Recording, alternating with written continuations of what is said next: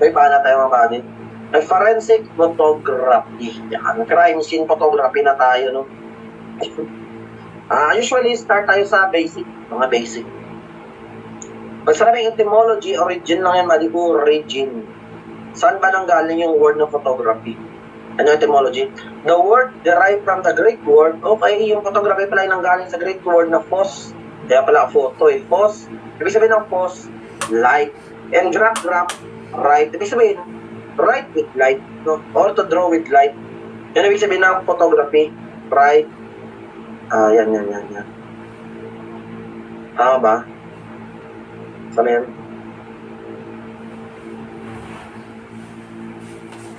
Yan, draw with light.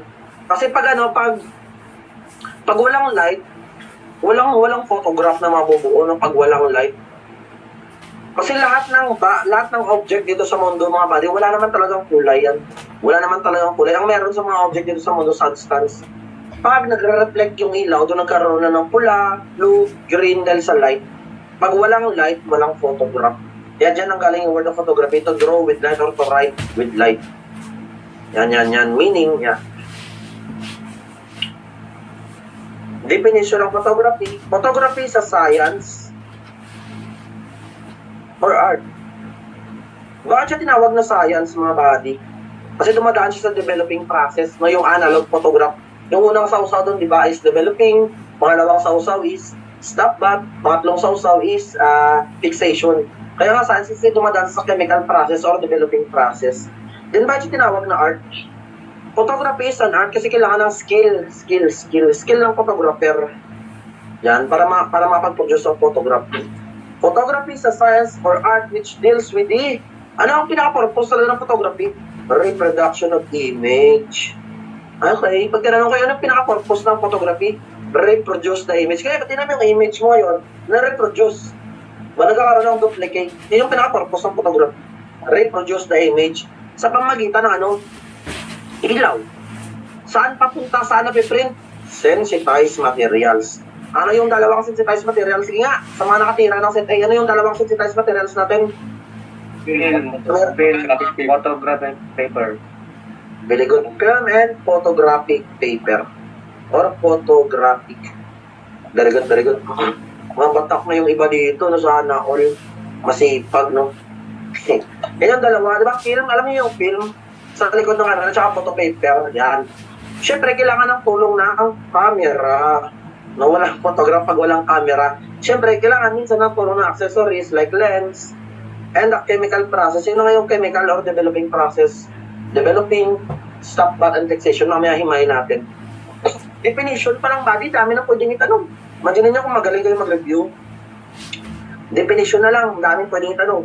Ano yung purpose ng photography? Patay na, reproduction of image. Para mag-reproduce yung image mo. Magkakaroon ng duplicate. Diba? Ano yung dalawang sensitized material? Film tsaka photo paper. Negative tsaka positive. Diba? Yung other term kasi ng film, negative. Other term ng photo paper, positive. Sports film ka.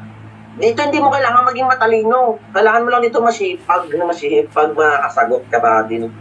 Ano naman ang pinag-iba ng photography? Dito sa tinatawag natin ng photograph. Yung photography kasi mga buddy, proseso. Tapos rin photography, proseso para mabuo yung photograph. Yan yung mechanical and chemical result of photography. Yan yung photograph. Yan yung pinag-iba. Yung photography, proseso para makabuo ka ng photograph. Results of photography, sagot is photograph. Parehas ba yung picture tsaka photograph? Magkaiba yan. Anong pinag-iba ng picture tsaka sa photograph? Pag sinabing picture and photograph are not the same. For a picture is generic term kasi yung picture ba ni generic term referring to all kinds of form image. Yan yung picture. Nakikita nyo saan ngayon? Picture. Tarpaulin, picture. Yung photograph, picture din naman yan.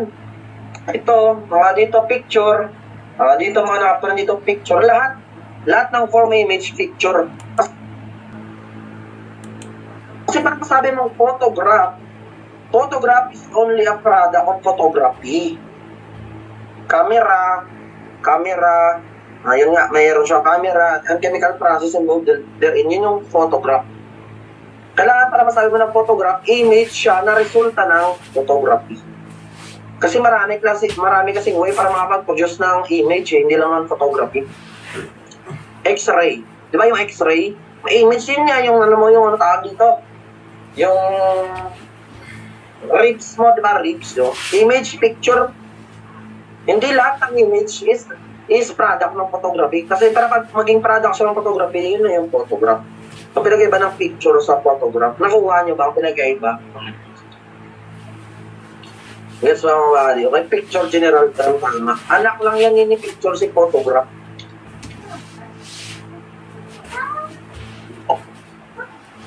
Sir.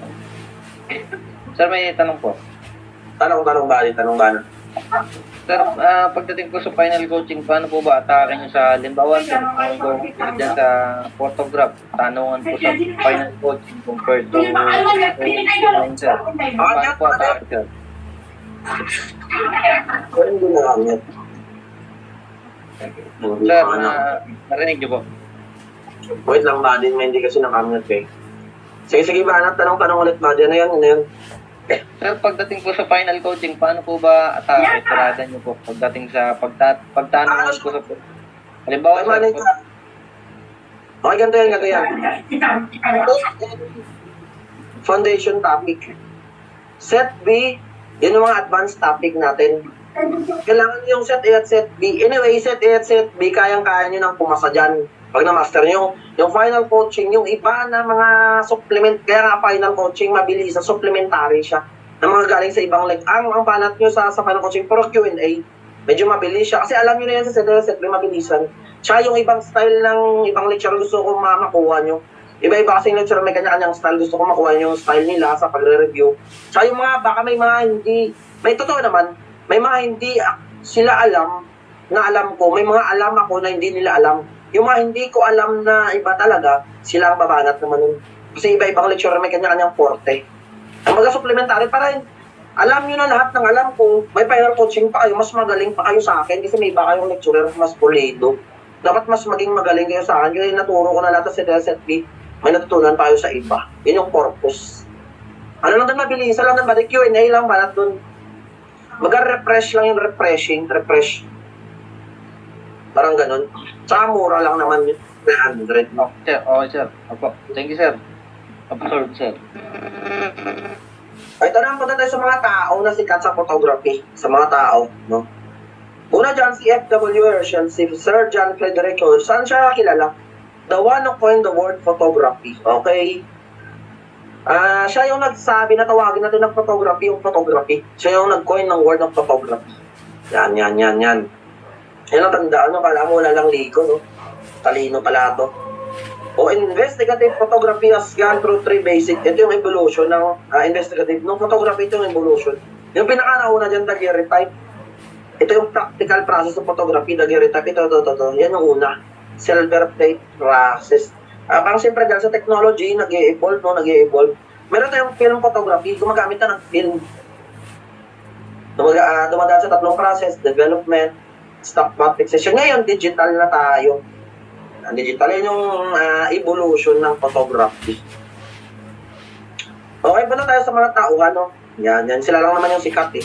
Si Joseph Nicephornix, credited as the inventor of photography. Siya pala ang naka-invento ng photography, no? Si Joseph Nicephornix. Siya ang unang taong naka-produce ng photograph. Ito yun, anong tawag ito? Heliograph. Heliograph is the world's first photograph. Yan yung kauna-unahang photograph. Ito nakikita nyo. Yan yung heliograph. Kauna-unahang photograph na na-produce. Sino yan ang nakabuo? Joseph Nicephornix. He developed the heliography. Heliography yung proseso sa pagbuo ng heliograph. A technique used to create the world's oldest surviving product of photography. Ito yung pinaka-nauna talagang photograph. Buhay pa ito ngayon, nasa museum. Ang problema nitong heliograph, hindi siya practical kasi once na na-expose sa ilaw, iitim lahat yan. Iitim, didilim.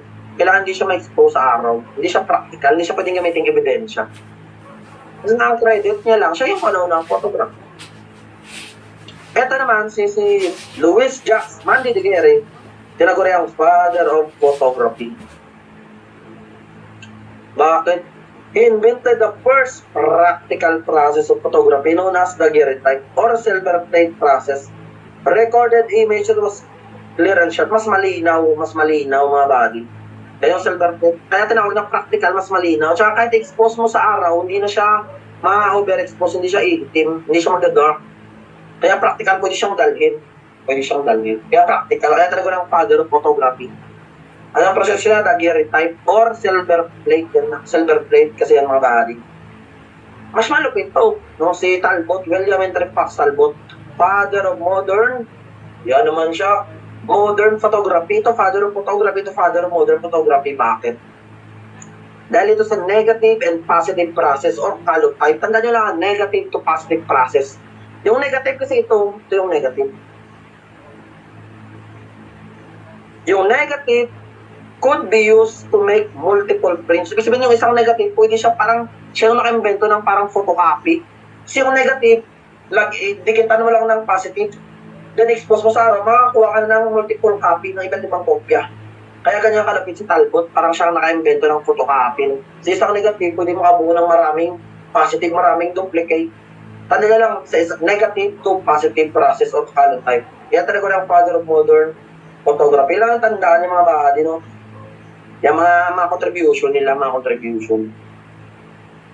Ito si Alhazen, kilala naman siya sa invented the first pinhole camera known as camera obscura. Okay, si Alhazen pala daw. Ito yung camera obscura, yan. Forerunner of the modern camera, yan yung tatay ng mga modern camera, yan yung kunahunahang modern camera. Camera obscura, sino naka-invento niyan? Alhazen. Tapos si Alhazen Muslim. Yan, Muslim. Tapos parang Muslim, no? Pero talino kasi natin mga ancient.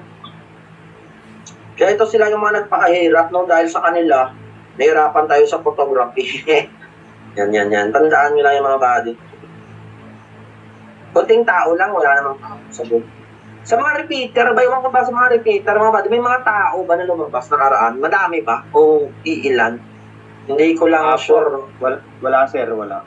Wala. Yung sinasabi ko, wala kahit isa. Tama ang sinasabi ko na huwag kayong mag-focus sa mga tao. Familiar lang. Familiarize, don't memorize. Situational po marami. Yan, situational. No? Kailangan na naintindihan nyo talaga yung concept. Huwag nyo memorize yung definition. No? O ano na pinag-iba ng tatlo? Police, forensic, tsaka police photographer. Okay? Pag sinabing police photography refers to the application of the principles of photography in relation to the police work. Kumbaga yung kaalaman sa photography, ina-apply na sa police work. The police photography, mugshot, example yan, mugshot, body mugshot. Tama, di ba? Para makilala mo yung tao, ng mugshot. Ano na pinag-iba ng forensic photography? Ayan ang for court presentation, yung pala. Pag ginamit na yung photograph para i-present sa korte for court presentation na yung forensic photography. So pag sinabi natin forensic mga body, may kinalaman na yung korte, ginagamit na as evidence, yan, to elucidate legal problems, mga legal problems natin, yan na yung forensic. Kasi pag photography, photograph lang. Pag may forensic, ginagamit na sa ebidensya sa korte. Odontology, study of bite marks lang, mga ngipin. Pag in-apply na sa ebidensya, forensic odontology. Pag may forensic, may korte na. May ginagamit na sa ebidensya. Ballistics, na pag-aaral lang naman ng mga baril. Pero pag kinuha yung mga basyo sa crime scene, yan ang forensic ballistics.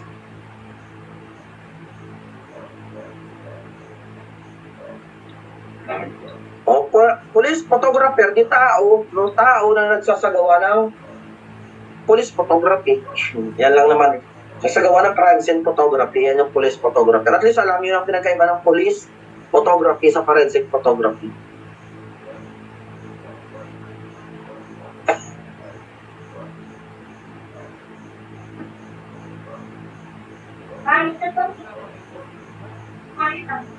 Dalawa lang sa akin. Gago. Dalawa. Pakinggan na mo. Different application of photography. Ito na. Application of photography in police work. Iba't ibang way para ma-apply yung photography sa police work. Siyempre, una dyan mga para makilala. Kaya pag tinanong kayo, first application of photography in police work, personal identification, yun ang mugshot para makilala mo yung tao. Makilala mo yung kriminal. Tanda na first application. Unang gamit ng photography sa police work, personal identification ang sagot. Kung yung unang gamit ng photography is personal identification, ano yung pinakagamit? Ayun yung mugshot nga, yun yung mugshot, personal identification. Ano yung pinaka-utmost use of photography? Pinakagamit, record purposes or evidence na evidence. Ginagamit na sila. Ayun yung pinaka-utmost, pinaka-ultimate use ng photography talaga sa police. Record purposes or evidence. Unang gamit, personal identification. Pinaka-ultimate na gamit, record purposes. Okay, documentation of crime scene. The photographer begins taking photograph as soon as possible. The evidence collectors do not touch. Huwag mo munang galawin, huwag mo munang ilipat yung mga ebidensya. Once it is located until it has been identified, measured, and photographed or recorded. Bago mo galawin yung mga ebidensya dyan, identify mo muna, sukat-sukatin mo muna, then i-photograph mo muna or i-record. Yan yung documentation of the crime scene. Pag tinanong kayo, what is the main objective of crime scene photography? Ano talaga yung pinaka-ultimate objective or main objective? Bakit kinakapturan mo, kinukuha na ng photograph yung crime scene? To create an accurate, objective, visual record of the crime scene para makakuha ka ng replica ng crime scene. Okay, yung pinaka-main objective ng crime scene photography, to create an objective, visual, kasi nakikita mo naman yung photograph. Objective visual record of the crime scene. Guidelines for taking photograph of crime scene. Photographs of crime scene should be taken as soon as possible before note or a search for evidence begins taking, sketching. The picture should be original, illustrate scene, uncontaminated condition of the crime. Hindi siya na-contaminate daw. Hindi siya na galaw-galaw na bago may photograph. Photograph should be taken of the crime scene only without spectator. Kung kumukuha ka ng crime scene photography, may nakaselfie na police, walang ganun na dapat. Basta tama mo. To adequately present the crime scene initially, the photograph must form an organized sequence and show all relevant location and object. Mamaya madidiscuss natin yung general view, medium view, close-up view, extreme close-up view. Didiscuss natin yung mamaya mga body, no? The crime scene photograph must progress from general to specific. Yun na nga, general view, medium view, close-up view niya, extreme, mamaya didiscuss natin. Sketching of the crime scene naman. The sketch is the simplest and most effective way of showing actual measurement. Yan yung gamit ng... Kaya nga yung sketching is supplementary to photography, mga buddy. Magkapatid yung sketching tsaka photography. Kasi yung kagandahan sa sketch, napapakita niyo yung actual measurement. Dito yung bangkay. Sensya na sa drawing ko. Dito yung knife, no? Silyon. Ito mga 3 meters. Na kayang ipakita ni sketch yung measurement kung gaano kalayo yung ebidensya sa bawat isa. Sa photograph, hindi mo ma-estimate sa photograph. Yung sketching, buddy, is supplementary to photography. Hindi photograph ang supplementary sa sketch, ha? Sketching is supplement to photography. Ano yung advantage ng sketch? Napapakita niyo yung actual measurement. Kinds of sketches, meron tayong rough sketch. Yung rough sketch, mabilisan. Ito na ginagawa sa crime scene. Saan ba traffic investigation, no? Nagkabanggaan, hindi pwede nga pang buhay, ganyan mag-investiga. No, yung iba mag-cause ng traffic congestion. Ayun yung rough sketch. Ginagawa mabilisan sa crime scene yung sketching. Then pagdating sa police station, doon na pinapaganda. Yun yung sketch.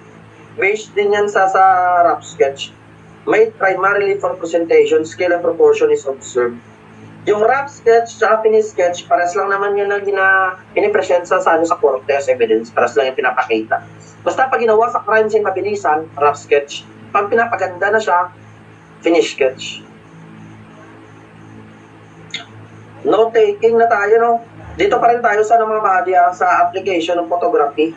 Ano yung gamit ng photography sa police work? Siyempre, personal identification, record purposes, meron tayong note-taking. Note-taking must be Hindi.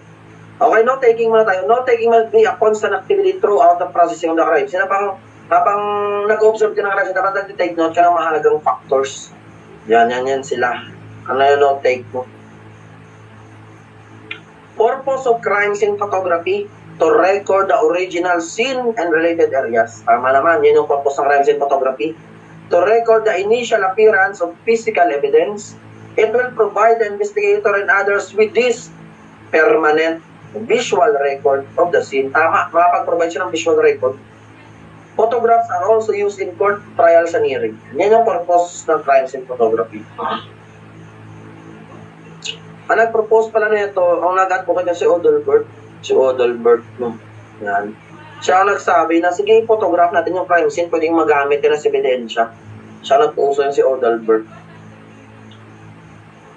Eto na, different views in photography. Tanong, Gary, tanong.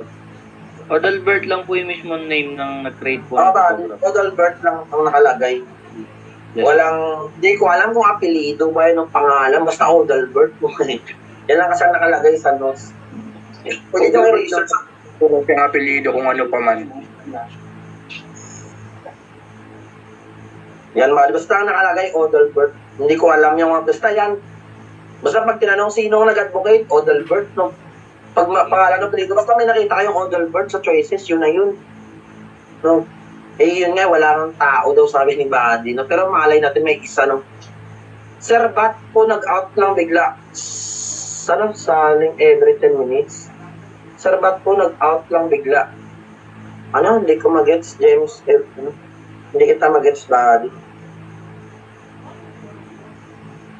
Ay, kasi natapos yung Buddy. Natapos yung, tawag ito, natapos yung fingerprint, tsaka nire-record ko siya. Tsaka nag-out ako bigla kasi mag-photography na tayo. Kasi sorry. Hindi, nabigla siguro umihi na pagbalik niya na out. Kasi natapos natin yung fingerprint niya record ko. Sorry, buddy, hindi kita na-inform. No? Sige. There's a different views in photographing the crime scene. Crime scene photography is the taking of photographs of scene of the crime. Crime scene rather than criminal. Kasi pag criminal, mugshot yun eh. Yung mugshot yun. Ang crime scene photography, naka-focus lang sa crime scene. Ito yung mga different views. Pag sila rin general view, location of the crime scene. Yan po yung location. Dito yung crime scene. Ibig sabihin dito sa general view, pinapakita yung mga kapitbahay ng mga neighboring building. Their purpose is to show exactly where the scene was and to show the all boundaries. Yun yung general view, location ng crime scene. Dito yung crime scene. Dito yung crime scene. Yan yung medyo malayo siya, general view. Medyo malayo. Tanda nyo lang, general view, purpose to show the location of the crime scene. Medium view is the taking of photograph of the scene of the crime by dividing into section. This view will best be the nature of the crime naman. Pinapakita ng medium view yung nature ng crime. Yung nature ng crime, siguro homicide to, no? Patayan to. Yung nature ng crime, robbery. Yung nature ng crime, siguro theft. Yun yung pinapakita ng medium view. Nature of the crime. Okay, general view, location of the crime. Medium view, nature of the crime. Close-up view is the taking of photograph of the evidence of the scene of the crime. It is designed to show the best picture na po naman sa physical evidence, mga buddy. Evidence. Yan. Ito pala. Yan yung close-up view. Nakapokus sa mga ebidensya. Tanong, buddy. Sir, yung mga in-highlight nyo po na, yan na po yung bali gagawin namin keyword, sir. Pwede, buddy, yan. Makikita nyo to sa replay. Pag nag-replay kayo, makikita nyo yan. Hindi na kayo mahirapan, no? Pero sa PowerPoint, dito makikita sa replay. Makikita nyo. Pwede nyo kasi i-post eh. Mapa nyo-replay, pwede nyo i-post, take note. Yung iba kasi gusto magsulat, pwede post, take note. Pag hindi na-gets, balikan. Yan yung kagandahan sa atin, na ulit-ulit. Unlimited replay siya hanggang board magsawa kayo. Sipag nyo na lang talagang kulang, no? Extreme close-up. Ito mga body, ito to. Yung general view na sa crime scene to. Medium view na sa crime scene ka pa rin. Close-up view na sa crime scene ka pa rin. Yung extreme close-up, wala ka na sa crime scene. Nasaan ka na? Laboratory. Laboratory. Dinala mo na sa laboratory yung ebidensya. Ang purpose mo kasi, para kuhanin yung detalye ng ebidensya. Bakit? Minamagnify mo siya, parang zino-zoom mo siya. Minamagnify para makuha mo yung detalye ng ebidensya. Sa pamagitan ng, paano mo siya i-magnify? Pwedeng photomacrography or photomicrography. I-discuss natin yan mamaya. Yung photomacrography at photomic. Yan yung isa sa mga way para ma-magnify mo yung image. Through the use of photomacrography and micrography. Tandaan nyo lang mahihimayin natin. General view, location. Medium view, para makuha mo yung nature ng best view the nature of the crime. Close-up view, nakapokus sa physical evidence. Extreme close-up, nakapokus sa detalye ng evidence. Kaya detalye ng fingerprints, so magnify mo na kasi gamit ang photomac tsaka photomic. Ano naman yung photomic? Photomicrography is the magnification. Gumagamit ka ng microscope. Ito, yan. Nilagay mo yung fingerprint dyan, gumamit ka ng microscope. Then, nag-attach ka ng camera sa silipan para makuha mo yung magnification. Yan lang yung ng photomicro. Gumamit ka ng microscope para ma-magnify. Nag-attach ka ng camera sa ocular. Nakuha mo na yung detalye, magnification of that. Ito yung ridge, ito yung furrow.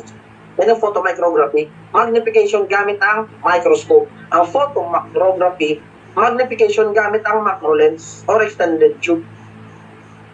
Ito ba yung camera?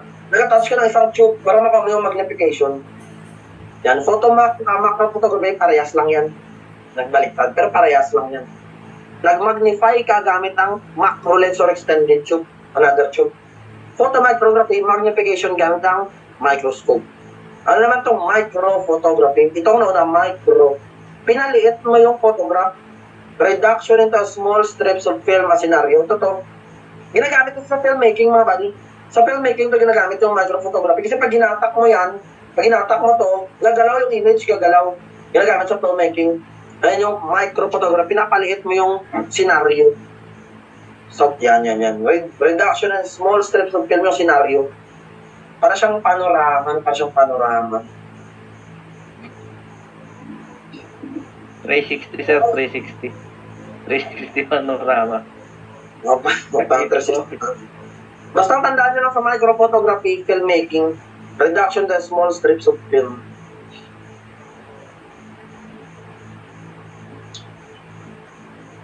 Use of artificial light such as X-ray, ultraviolet, and infrared rays to show something which may not be visible with the aid of human eye. Kasi sa light, mga buddy, sa mga light, may mga ilaw na hindi natin kita. May mga light na hindi kaya ma-detect ng retina ng mata natin. Kagaya nitong UV, ultraviolet, infrared, X-ray, hindi yan kita ng mata natin. Kagaya sa aso, kasi sa mga body, sa aso, kayang makadetect ng mata ng aso ng infrared. Ganon yung nakaset yung mata sa atin, hindi. Kaya nga yung aso, tuwing umaga, naka-black and white yung paningin ng aso. Pagkagabi, night vision yung mata ng aso tuwing gabi. Kaya mas active. Kasi kaya nilang ma-detect yung infrared. Yung mata natin, hindi naman. Punta tayo sa UV light, mga bali. UV light examination. UV radiation is invisible and occurs in the wavelength just below the visible blue. Ano yan? Commonly ginagamit yung ultraviolet, mga bali, sa Visible light. Pagdating ng ano nga sa set ay natin, anong ginagamit sa UV light? Saan siya commonly ginagamit? Invisible light. Very good ang lupit, invisible writing. May mga ink kasi na hindi kita. Pag ginamitan mo ng UV light, makikita mo yung invisible writing. Yun yung UV light. Example sa pera, di ba? Pag inilawan mo yung pera, may mga dyan makikita, ang tawag doon fluorescence. Yung mga makikita mo, yung mga hindi nakikita, pag hindi mo ginamitan ng UV light sa pera. Yan yung tawag doon fluorescence. Emission of light by a substance that has absorbed light or another electromagnetic radiation. Yung infrared light, mga bahadi, o sa set A natin, sinong mga nakatira, saan ginagamit yung infrared light niya commonly? Guard document. Very good. Ano pa? Chart? Obliterated. Very good. Obliterated. Pag sinabi kasing obliterated, ginano, tinakpan yung sulat. Smearing. Pag nilawan mo ng infrared yan, makikita mo yung nakasulat sa likod. Yan ginagamit yung infrared examination, pakitandaan. Sa QD nyo, madidiscuss din natin ito. Batak na yung iba, no? Siguro baka pwede na kayo mag-take ng board exam, no? Habulin nyo na lang paano mag-regional top notcher or mag-national top, no? Repeater, sir. Repeater. Repeater. Nagabi na kayo nakaraan. Yun yung advantage, pati pag-repeater. Kasi nagkakaroon ka ng familiarization sa laro ng board exam. Yung iba kasi ayaw ko mag-take kasi takot-takot. Mas maganda na yung nag-take ka kaysa bumagsak. Mas okay yung kaysa sa hindi ka nag-take. Kasi pag hindi ka nag-take, hindi mo na-experience yung board exam, tanungan doon. Nag-take ka, bumagsak, familiar ka na, alam mo na ang next na gagawin. Yun yung advantage. Kaya mag-take ka lang na okay lang naman bumagsak, no? Hindi yung failure ba is a part of success? Failure is a part of success, no? Ang opposite talaga ng ito, ano muna ako, body, konting motivation, no? Singit lang. Failure is not an opposite of success, no? Failure is a part siya ng success, mga bata. Pag nagkakamali kasi natututo ka, alam mo na yung gagawin mo sa next time. Kaya nagiging success ka. Ang opposite talaga ng success, body, fear. Takot. Kapag takot ka mag-board, hindi mo nalaman, hindi ka natuto. No, hindi ka natuto kasi hindi ka nagkamali. Okay lang ka sa mga repeater. Hindi yan dapat ikahiya. Yan, wala yan. Ano kahit top 1 nga siguro bumagsak din siguro ng mga elementary high school, yun, no, ng mga quiz, no? Part yan ng success. Huwag kayong malumural, no? O, isa sa Pwede mga pa po, sir, pwede pa bang magtapang retaker? pwede, buddy. Pwedeng, hanggang 5 yan. Pag naka-5 ka na, mag-take na ng refresher course at isang taon yan. Upang 5 sunod na bagsak mo mag-refresher course successful isang taon. Lahat aralin mo din yung mga major subject lang naman, 1 year. Para mag-aaral ulit nung parang bumalik sa 4th year. Pero 5, ang posible naman, first band yan, ska buddy. Meron na ako. Sir, sayang, 2 points na lang. Lusot na sana ako eh. Okay lang yan, buddy. Ngayon, sobrang dapat maging 85 pataas ka na. No? Pakita ako, no? Baka kulang ka lang siguro. Yung iba kasi bumabagsak, hindi sa, sabi, bobo, kaya hindi Yung iba kasi siguro nagtrabaho, kulang sa oras. Parang ganun, kulang lang sa oras. O may Kinulang problema sir na. sa tulog. Kasi excited sa first day. Dapat nag-shock ka. Nagsapo ka pa. Kulang red door sa Sir, sir. bumagsak din, sir. 74, sir. 74. 73. 2 points na si LJ, sir. Ako, sir. Ay, hindi ka nag-focus. Hindi ko ba? Hindi ka siguro na gano'n po. Hindi kaya kulang ka lang sa tulog. Yun nga, isa yan. Kaya ang sabi ko, matulog talaga. Tulog talaga kalaban. Antok. Puyat. Siyempre, first timer. Hindi ka makapag-isip, di ba, pag-antok. Kaya matulog kayo ng maayos, mga body, no? 2 days Ang dami before, ko pa naman bura dun. Dami pa naman sir bura. Tapos nakikita ko mali pala. Bura na naman ako. Sabi ko, delikado. Sir, yung pagpunta mo sa amin, sir, sa review center namin, sa Quest. sige, bawi na lang, buddy, bawi. Okay lang yan. Failure is a part of success. Lesson learned sa sunod, dapat mag-shabu ka na, no? 3 araw kang gising, walang tulog. Joke lang kayo, sir, nakita na.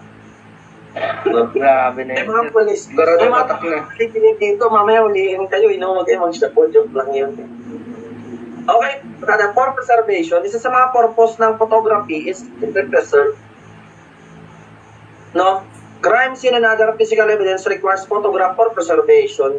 Na preserve mo yung crime scene kasi nakakuha ng duplicate na copy niya for a long period of time.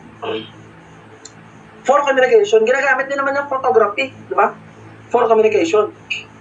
Photograph is one of the most universal methods of communication.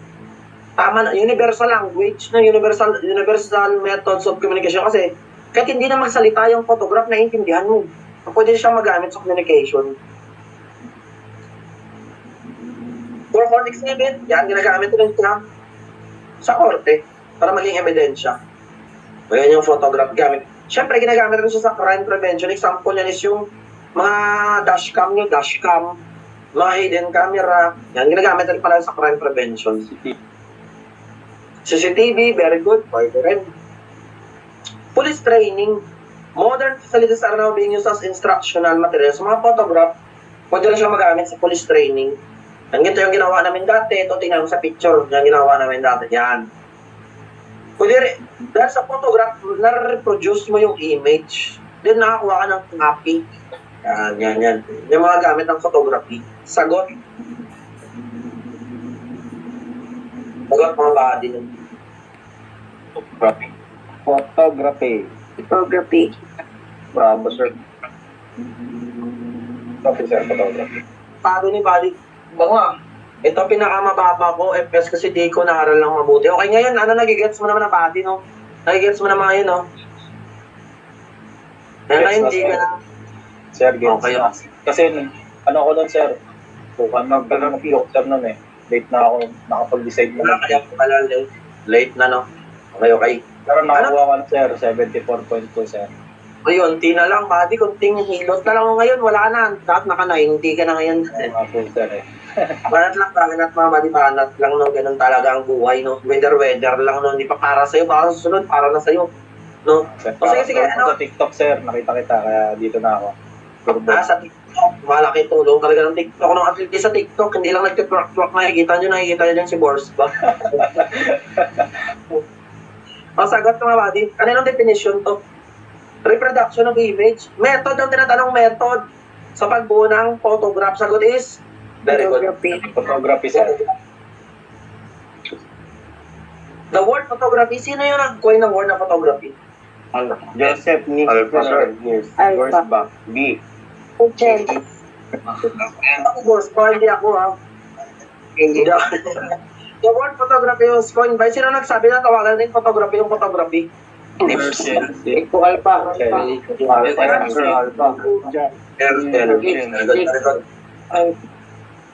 Which of the following types of photography is patented? Okay, Pax Talbot, may keyword na. Holotype. Calotype, sir. Alpha. Calotype, no? Calotype, or sana yung wonder ng calotype? Ne, ano yun, ne? Negative to positive. Negative. Very good. Negative to positive.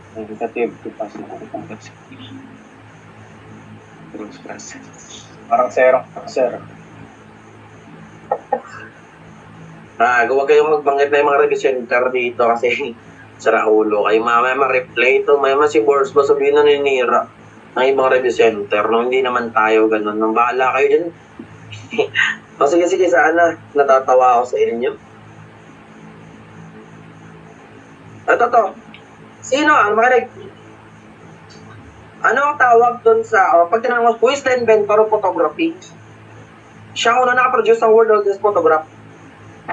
Joseph. Ano ang tawag sa product ni Nick's world oldest photograph? Anong tawag doon? Heliography. Heliography. Yung process ng heliography. Very good. Silver plate process. Kanino silver plate process, mga maaari, no? Father of photography. Nag-i-rate. Nag-i-rate, sir.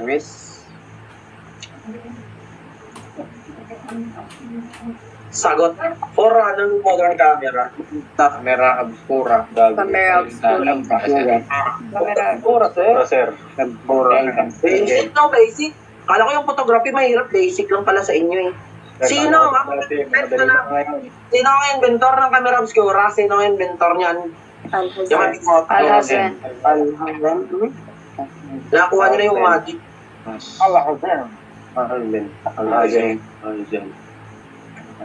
Sarap pala mag-aaral. Sarap naman pala, eh. Sabi nila mahirap. Sagot. Sarap mag-aral, lalo na Photography, sir. Sa board ba ang professor? Process of photography. Ginagamit na sa court presentation. Tatawagin na siyang court na court. Very good. Basic photography. Tapos sir. In-apply lang sa police for crimes and mag-shot. Mag-shot. Yan lang yung police. Atmos use. Pinakagamit ng photography talaga sa police work. Record purposes. Record purposes, sir. Charlie. Recorded. Ano naman yung first use? First use. Personal identification. First use. Second yung Sir, ganito ba tanungan sa board? Possible. Kaya dinidiscuss natin kasi possible siya nalalabas. Hindi natin kaya hula yung mismong lalabas, pero hinuhulaan natin yung possible na lalabas. Kasi sana nahuhulaan na lang natin, oh. Kakaibigan Lalabas yan, na sir. Basta ikaw. no? Sige, sige, sagot. Analyze. Delta. All of the above, sir. All of the above. Delta. Eh, above. Above. Okay. Dog style po. Huwag mong galawin na yung ebidensya. Dapat bago mo galawin, i-identify, sukatin natin photograph or record. Iota. All of the above. Wala na daw all of the exam, di ba? Papalitan na ng stock. Wala na, sir. Wala na. Sana. Sige nga, kung malapit kayo, analyze yung ano yung mali.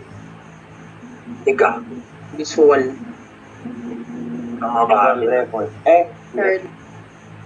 Visual. Visual. Kita ba? Objective. Visual. Photograph, pinakikita. Lakas ng tama mo pag naririnig mo, baka nag-hallucinate. Tinan yung photograph. Kaya nag-hallucination, nagmamariwana ka ata. Ano, huwag kang sumagot ng audible. Visual nakikita. Visual record. Sagot.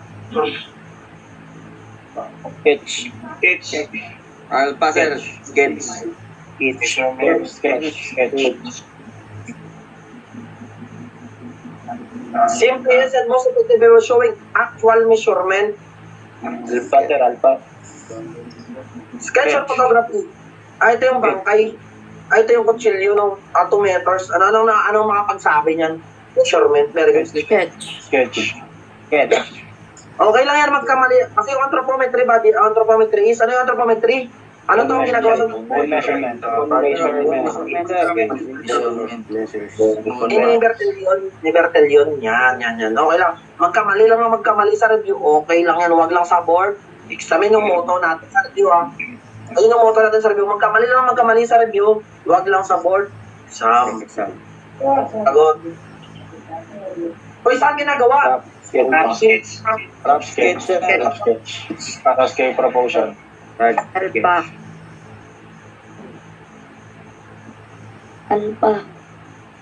Basic. Sila, pakasabdal lang ni sir. Ito, pinapaganda na. Ha? Pinapaganda, yun ang finish sketch. Among the following are the lahat ng tribes in photography except Delta. Sure ba? Charlie. Third. Charlie para Charlie. Sir, Charlie. Meron pala yung letter D. Charlie ka. Tama ba to? Tama tong alpha. Purpose ng crime scene. To record the original scene. Tama. To record the initial appearance. Yes, Tama. Ginagamit ko siya sa korte. Tama. Investigator Charlie.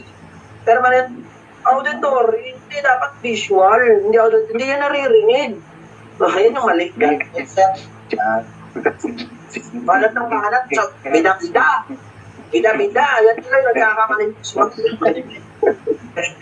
Tangay na mo.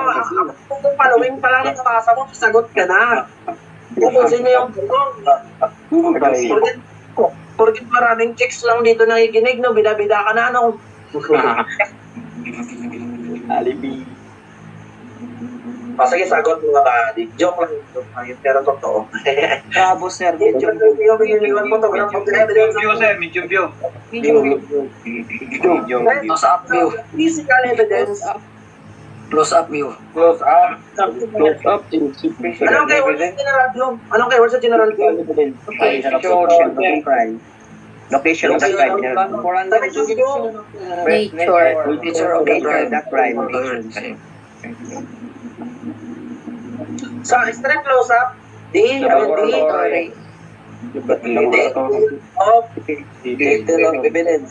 Evidence. the crime.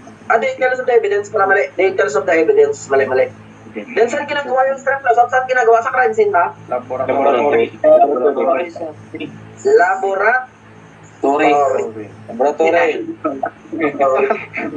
O, sagot.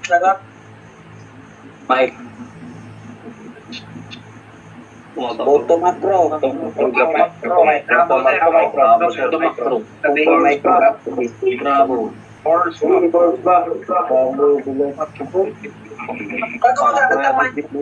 Pag gumagamit ng microscope. Ay, ito. Mali. Microscope. Ito, sige ginagamit ito sa filmmaking, film making. Alamin yung pinagkaiba ng tatlo mga ba? Yung pinagkaiba ng tatlo.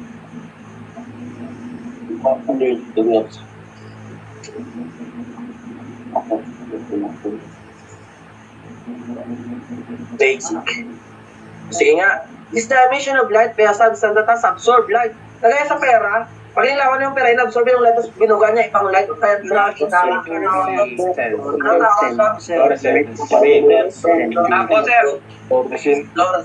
Fluorescence.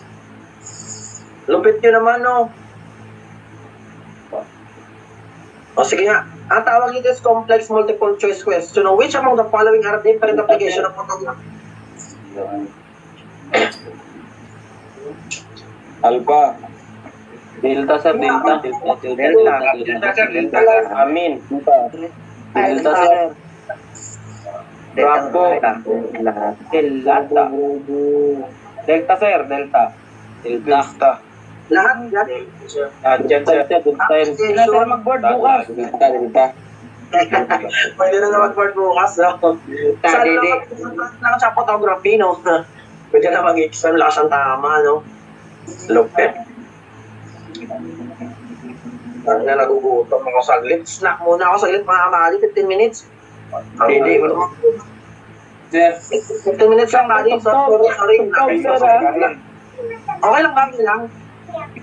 Sir, kain mo na. Nagutom ako saglit. Kain na, sir. Punta naman tayo mga bahagi sa elements ng photography. Ito yung mga buo-buo for sangkap, no, para mabuo yung photography. 5 to sila: light, sensitized material, camera, lens, at chemical process. Tandaan nyo, pag kulang ng isang element, walang photography na mabubuo. Siyempre, kailangan nyo yung una is light. Light is a radiant electromagnetic energy, no? Yung light is electrical tsaka magnetic din yan, that travels in a form of wave na hindi natin nakikita. Gaano kabilis? Speed of 186,000 miles per second. Diba sabi kanina, the reproduction of image by means of light. Ibig sabihin walang photography pag walang light, no? Pag tinanong ko yung gaano kabilis yung speed ng light, 186,000 miles per second. Ibig sabihin ganito siya kabilis mga value para mas ma-appreciate nyo. Kaya niyang ikutin yung Earth ng 8 beses sa 1 seconds. Kaya niyang ikutin yung Earth ng 8 times sa loob ng 1. Ganyan kabilis yung 186,000 miles per second. Yan yung speed of light. Yung sensitized material, dalawa lang naman yan. Diyan CC film, tsaka CC photopaper. Refers to photographic film which produce negative and photographic paper yan. Photographic paper yan. Yan yung photographic paper. Or photopaper. Dalawa lang naman kasi yung sensitized material. Film tsaka photopaper. Yan. Tandaan nyo yung dalawang sensitized material, film tsaka photopaper. Ito yan, no? Ay, wala. Mamaya. Tandaan nyo lang yung dalawa. Pangatlo, siyempre, kailangan ng camera sa photography. Camera is a light type box designed to block and exclude unwanted or unnecessary light. Diba yung camera obscura, diba ganyan? Tapos may lens dito. Yung mga ibang light, in-exclude niya. Exclude unwanted and unnecessary. Dapat yung light lang, ito yun, no? Dapat yung light lang na nanggaling sa subject, yun lang nakuha. Yung mga ibang light, binablock niya. Yan yung trabaho ng camera. Lens is the light gathering mechanism ng camera.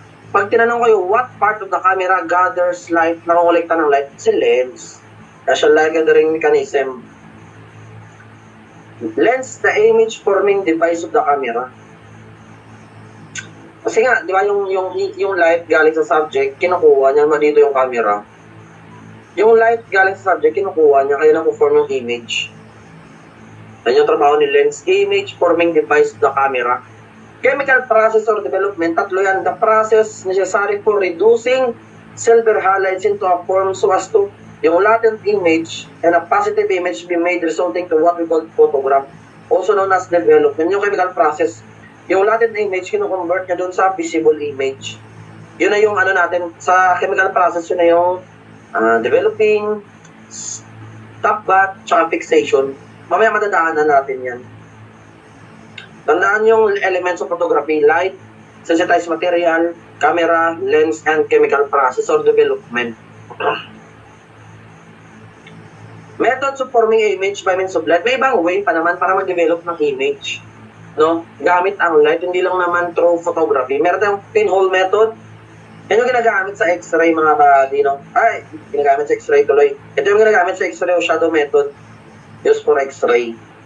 Yung pinhole method is the oldest method of forming image with a box camera. Sinaunang camera kasi itong mga pinhole, dyan, may butas dyan, hindi ko magamit ng lens. Yan yung pinhole method. Sinaunang way para makabuo ka ng image. Meron din tayong shadow method. Yan yung X-ray. Gumagamit tayo ng X-ray machine. Kasi sa X-ray, mga yung X-ray light, ang nangyayari niyan, yung X-ray light, tumatagos yan sa mga soft object, sa mga malalambot na object, nagtumatagos at ina-absorb yun ng mga matitigas na object. Kaya napapansin nyo sa X-ray nyo, nakikita nyo lang yung pinakabunto nyo, ribs. Kasi yun yung matigas, ina-absorb nyo yung X-ray, tumatagos yung X-ray sa malalambot, sa muscle, sa tissue, tumatagos yan. Ina-absorb yan ng matitigas, yan yung shadow method, yun yung X-ray. Yung lens method, ito na yun.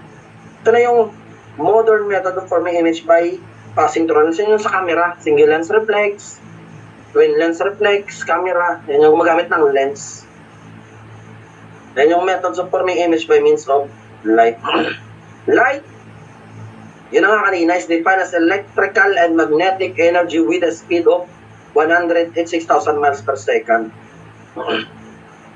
Ganito yung white light tsaka black light. Pag sinabing white light, presence of all colors. Yan. Pag may nakikita kayong color puti, andyan lahat ng kulay. Pala andyan si red, si blue, tsaka si green.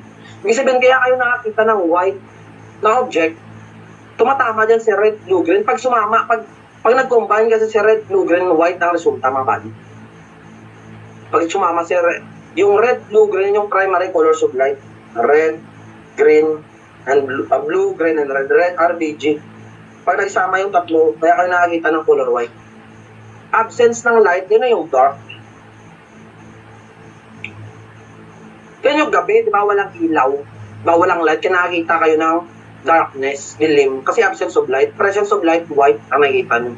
Pag tinanong kayo, 3 primary colors of light, ano nyo, RBG.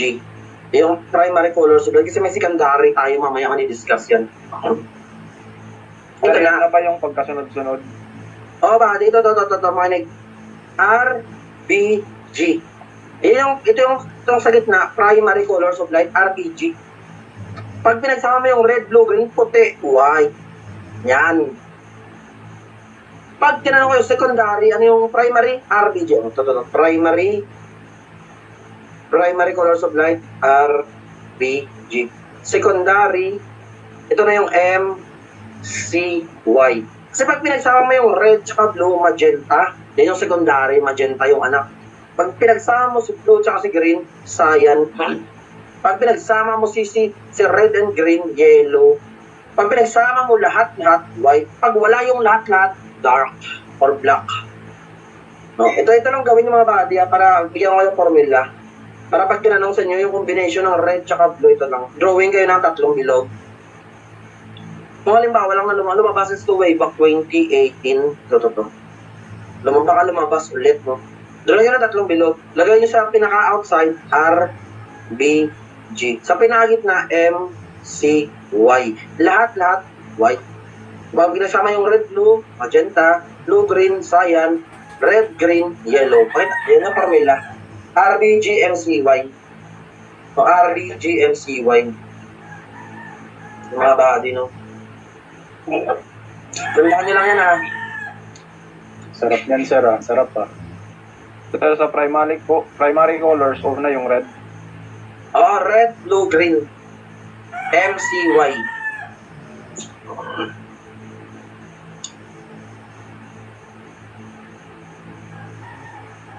MCY. Tandaan nyo lang mga kalit po. Tandaan nyo.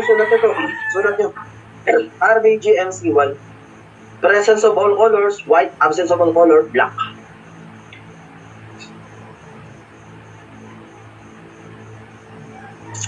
Okay na, okay na to, okay na. Antok na ba? Antok na, mahinang nilalang, no? Yung iba nga nagre-review alas 12, alas 3 na madaling araw, no? Kayo inaantok na, mahinang nilalang, no? Sir, papalag ko, sir. Pinunta ko, sir, nakaraan eh.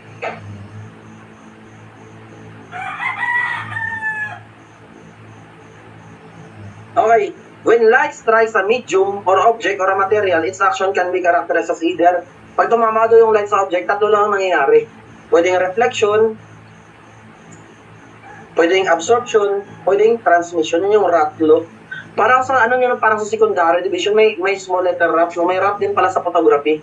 Reflection, absorption, tsaka transmission. Yun yung nangyayari sa light pag tumama sa object. Pag sinabing reflection, bouncing of light. Ano nangyayari kasi ganito? Ito yung camera. Wait. Sample, ito yung camera. Yan. Bahala na. Ito yung tao, men. Ito yung light, normal, example, sunlight. Ano nangyayari? Binibigyan ng sunlight o ng light ng object. Ano nangyayari sa object? Nagpa-bouncing papunta sa camera. Nagpa-bounce, kaya na-record. Ang bouncing of light, tawag dyan reflection. Yan. Yung absorption, yan naman. Meron tayong transmission.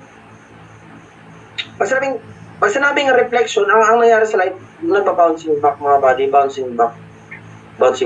Yung transmission, ang nangyari sa light, tumatagos sa kabila.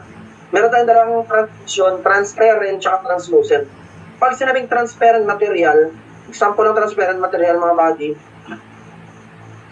glass. Sa transparent material, ito ang nangyari sa transparent material. Ito yung object, lahat tumatagos sa kabila. Example yan, glass transmission, lahat. Is a material in which the light can pass through and the object at the opposite side is clearly malinaw.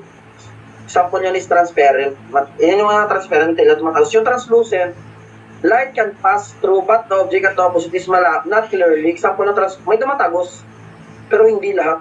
May tumatagos, pero hindi lahat tumatagos. Example niya ng translucent object, yung transparent plastic envelope. Yan yung plastic envelope. Malabo sa kabila. Transparent, lahat tumatagos. Lahat ng light tumatagos. Translucent, may tumatagos. Some light lang, some light. So, transparent material, on light, tumatagos. At translucent, some light, kaya malabo pa din. Absorb, yung pala ibig sabihin ng Bors, absorb. When the light hits a dark colored object, prevents it from bouncing back. Kinakain niya yung ilaw. Sa reflection, nagba-bounce. Sa transmission, tumatagos. Sa absorption, wala. Kinakain niya yung light. Kaya black. Walang inireflect. Kaya pala yan yung ibig sabihin ng Bors, paano yung kaalaman, gina-absorb ng utak niya, kinakain lahat, walang pinapaligtas. No? Parang parehas ng konsepto, no? Nasingit. Paano? Yan mga paling reflection, bouncing back. Absorption, kaya siya black, kinakain kasi ng sad. Kaya yung damit ko itim.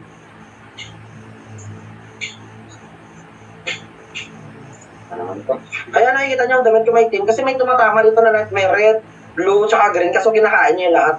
Wala siyang binabang sa matanan, kaya itim, absence of blood, kinakain niya kasi lahat, kaya itim. Transmission naman tumatapos sa kabila. Meron tayong tinatawag na selective reflection o selective reflection. Ito yun. Kaya nakakita kayo ng pula, yung object kasi na yan, yung kaya nyo lang i-reflect pula. Yung red, tsaka blue, kinakain niya. Yung pula lang kaya niyang i-reflect sa mata natin, kaya selective reflection. Kaya nga pulang damit, yung ibang kulay, kinakain niya. Kinakain ng substance. Diyan gawa yung substance kasi. Pula lang ina-reflect niya sa ang selective reflection.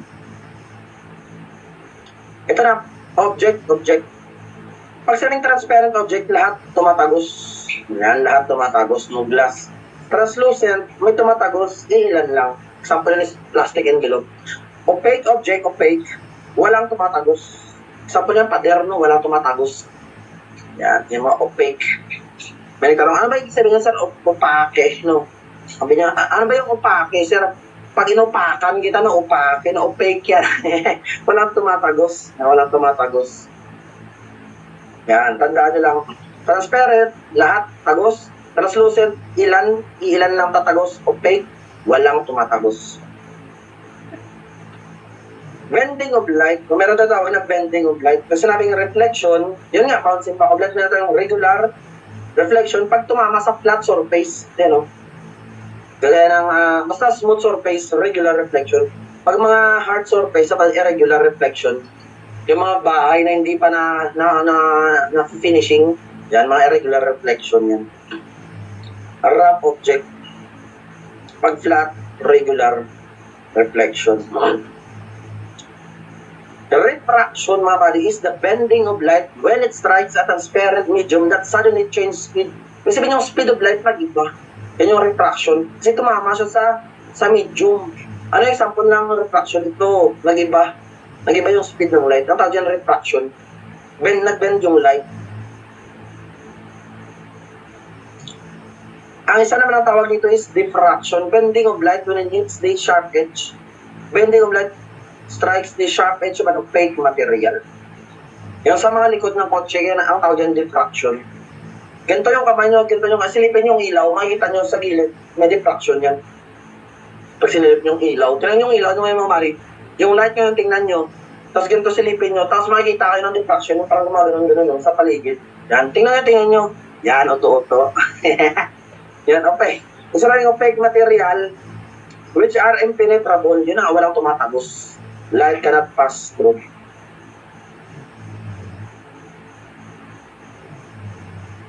O types of light, meron tayong tinatawag na visible light, tsaka